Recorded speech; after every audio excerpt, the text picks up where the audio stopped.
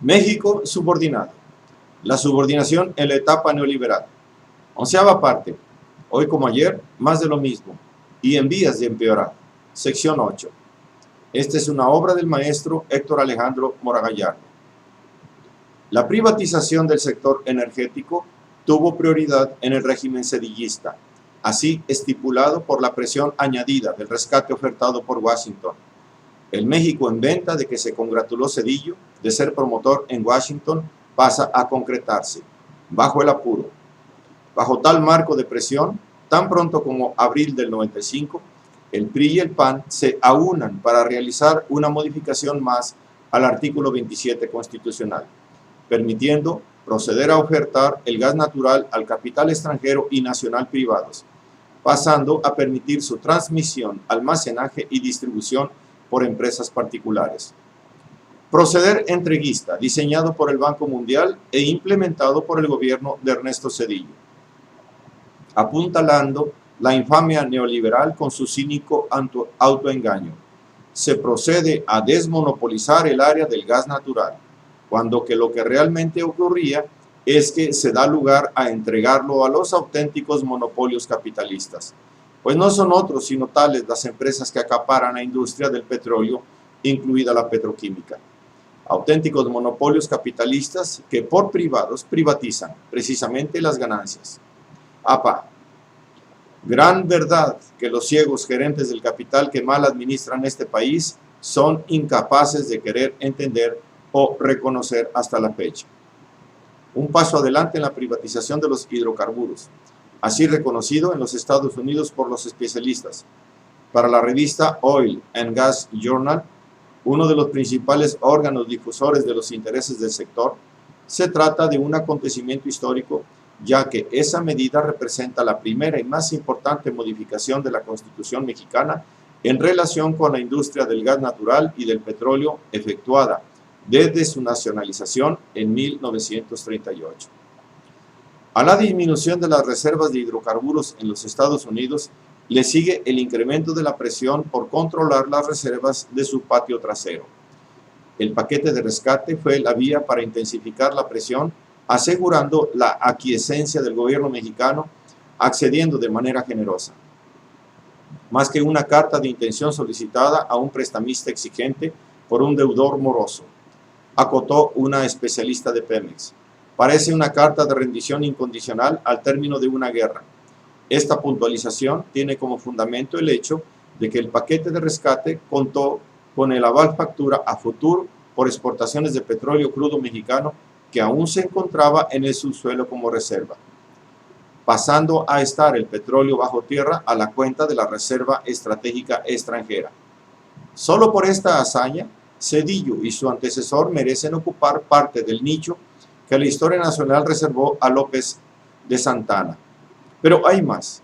El gobierno de Zedillo, por medio del Acuerdo Marco para la Estabilización de la Economía Mexicana, se comprometió a proporcionar todo tipo de información interna de Pemex a las autoridades estadounidenses y a no vender o de otra manera disponer o crear o permitir que sea creado o que exista algún gravamen, prenda, hipoteca, cargo o cualquier otra afectación o garantía de cualquier tipo con respecto a sus derechos a recibir pago, ni entrar en otros arreglos, incluidas la venta de derechos de cobro u otros derechos a recibir pagos con respecto a dichos pagos que le diera a una persona interés en los mismos, diferente del ya considerado en los acuerdos existentes o en los otros acuerdos previamente autorizados por el Tesoro, incluidos aquellos que sustituyen o refinancien los acuerdos existentes, en términos sustancialmente similares de estos últimos. Un anticipo de lo que ahora la administración de Quique Peña viene a rematar con la permisión de la exploración, explotación e ingreso obtenido del petróleo que yace en territorio nacional por empresas extranjeras, su enajenación abierta a la que desde el arribo de los neoliberales y con la promoción del Tratado de Libre Comercio se orientaba la política intervencionista de Washington.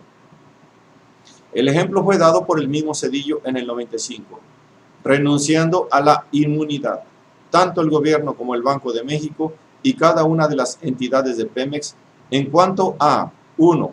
embargo precautorio, 2, ejecución, o 3, embargo previo a la sentencia, para todos los propósitos del título 18 del Código de Estados Unidos, secciones 1610 y 1611, respecto a sus obligaciones bajo los acuerdos financieros. Así, por este mecanismo, Zedillo colocó como aval todos los activos de Pemex y las exportaciones de petróleo crudo mexicano que se encontraban en el subsuelo y, además, inconstitucionalmente renunció a la jurisdiccionalidad del Estado Nacional Mexicano, indicando que de facto Zedillo entregaba como respaldo para el pago de la deuda el crudo extraíble en ciernes de México. El paquete de lo concedido por Zedillo a la inversión extranjera, entender esta frase como un eufemismo explícito para ocultar la enajenación del petróleo, se complementa de la siguiente manera.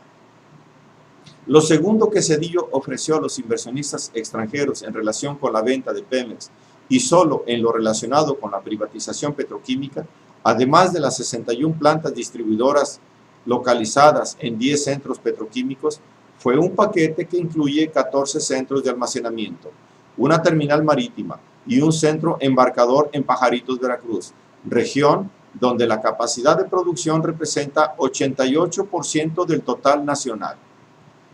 El mentado acuerdo sobre el esquema de ingresos petroleros parte del acuerdo marco entre Estados Unidos y México concertado en febrero del 95.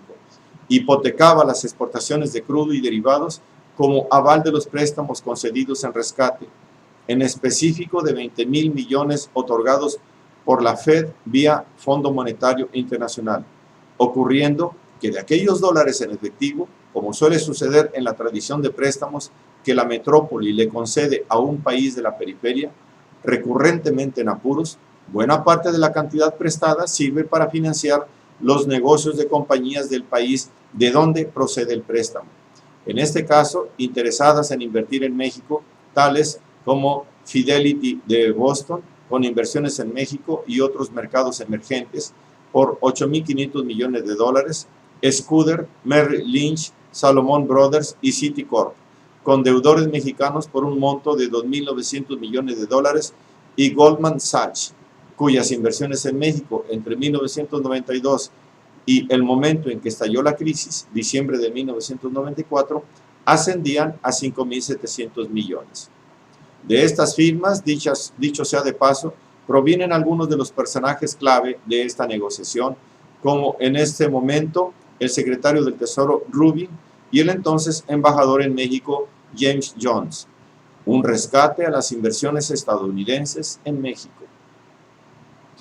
Dicho sea de cierto, el acuerdo concertado por Zedillo fue a favor de los especuladores de Wall Street, mientras que su administración lo presentaba a la opinión pública como acuerdos concertados en línea a un futuro mejor del país, tal y como ahora sigue sucediendo, empleando la misma cantaleta, un futuro mejor basado en la intensificación de la penetración extranjera y la transformación estructural del México modernizado en vías al primer mundo, sempiterna engañifa que dura toda la era de México independiente en la etapa neocolonial. Entiéndase como la penetración imperial que el capital logra viene a favorecer a las transnacionales. Resulta notoriamente absurdo que el presidente haya convenido con Washington que solo los especuladores se podrían beneficiar del producto de las privatizaciones, que en ese momento estaban en puerta: ferrocarriles, ductos, gasoductos, gas natural, petroquímica.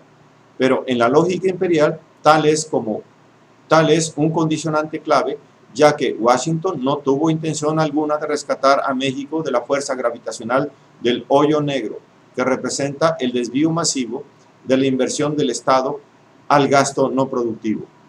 Derrochar los ingresos públicos en favor del sector especulador. He ahí la fuente dinamizadora del programa de privatizaciones. La mecánica del capital ágil complementa la compraventa de México. El retiro del Estado de la conducción económica es a favor del capital privado, cuya mayor fuerza en el extranjero termina por favorecer a las empresas metropolitanas. Vendiendo a pedazos el pastel, robándose la venta de los huevos negros.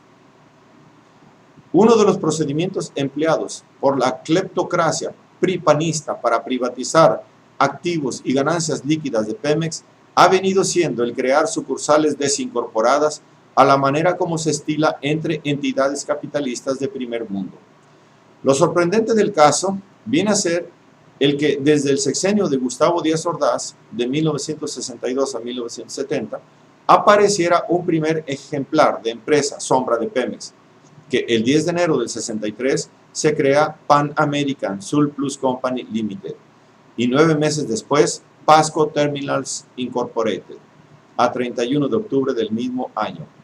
Tan distantes como desapercibidas, permanentemente ocultas en su funcionamiento y dividendos otorgados, teniéndose que esperar hasta el arribo de los neoliberales para que tal tipo de empresas fantasmas proliferen, acorde con las consignas neoliberales de privatizar las ganancias de Pemex, deteriorando su funcionamiento al gravarlo en exceso, disminuyendo su capacidad de manutención y generación de infraestructura y creación de valor agregado, deterioro para mayor privatización futura. Que con las presidencias de Miguel de la Madrid y de Carlos Salinas entre 1988 y 1993 se crean otras 6 de estas sucursales prácticamente invisibles a voluntad presidencial, tales como PMI Services, BV, creada el 31 de marzo de 1988 en Holanda, a la PMI Marine Limited, constituida el 16 de noviembre de 1993 en Irlanda, y subsiguientes. En noviembre del 2000, recién llegado Vicente Fox y con él los panistas a la presidencia, se inaugura otra filial de Pemex, PMI Petroquímica SADCB, para que en la administración de Felipillo Calderón se agreguen otras 2, en 2011 y 2012. Ya con el retorno de los panistas se promueve el último espécimen aberrante de empresa privada obtenida de la paraestatal pilar de la economía en México, MGI Enterprises US, LLC, fundada el 22 de junio del 2013 en los Estados Unidos. Sucursales que funcionan como empresas fachada que le permiten a la dirigencia proempresarial y con ejecutivos que manejan Pemex como si fuese su empresa privada seccional, paraestatal, privatizar unos 9,000 millones de pesos anuales que son producto de la comercialización del crudo de Pemex Exploración y Producción. En específico, se da la suma de utilidades obtenidas en el 2012 por PMI, cifradas en 9,353,178,000 pesos, estimación realizada por la Auditoría Superior de la Federación. Al respecto, Pemex ha dejado claro que los recursos no se integran a la tesorería de la Federación porque, según la empresa del Estado, no son públicos al ser sociedades privadas. Los recursos que manejan también son de naturaleza privada. Por lo tanto, quedan excluidos del ámbito de competencia de la Cámara de Diputados. ¿Qué manera tan cínica, cuán efectiva de proceder a la privatización disimulada de Pemex en efectivo, sus ganancias líquidas? Empresas fantasmas que no son auditadas por la Federación, mañosamente ubicadas en paraísos fiscales y más recientemente en España, aprovechando la legislación laxa y ad hoc que al respecto han promovido en España, haciendo de ese país una especie de paraíso fiscal respaldado por el Estado, acorde al dominio del capital ágil, pasando a ser así España el paraíso fiscal de Pemex, como Pemex filial PMI Comercio Internacional, empresa fachada ubicada en Madrid que permite emplear un procedimiento de transnacionalización, desviar más de 1.200.000 pesos escamoteados al erario al ser depositados en paraísos fiscales. El esquema involucra 21 empresas que Pemex ha constituido desde la década de 1990 en México y en el extranjero, sobre todo en paraísos fiscales, como privadas no paraestatales. En total, la petrolera mexicana posee 33 compañías de este tipo sin oficinas ni empleados, 100% de su propiedad, que no rinden cuentas a pesar de manejar dinero público y que cobran comisiones del propio erario. Trasladadas de las Islas Caimán a Madrid a fines de mayo del 2014, con total sigilo, propio de ser una operación fraudulenta, tan es así que a 6 meses de haberse efectuado, aún no se reporta en la sección de filiales de la página electrónica de Petróleos Mexicanos, ni en los boletines de prensa que emite la Gerencia de Comunicación Social de la paraestatal mexicana.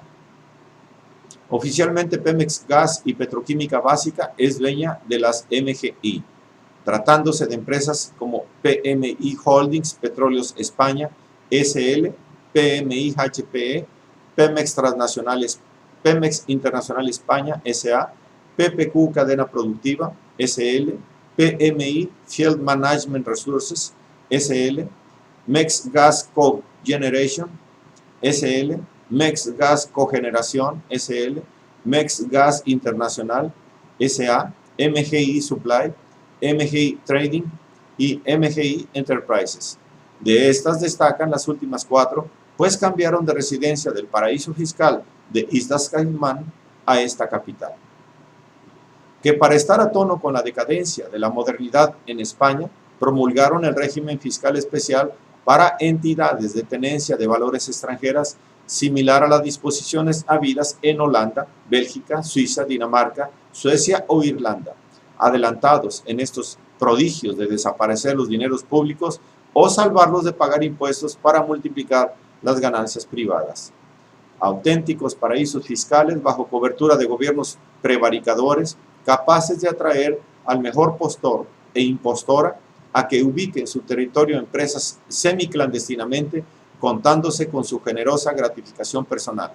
Auténticos mercados desregulados y anónimos, inducidos por megaempresas y holdings de poderosas corporaciones transnacionales, practicantes del capital ágil.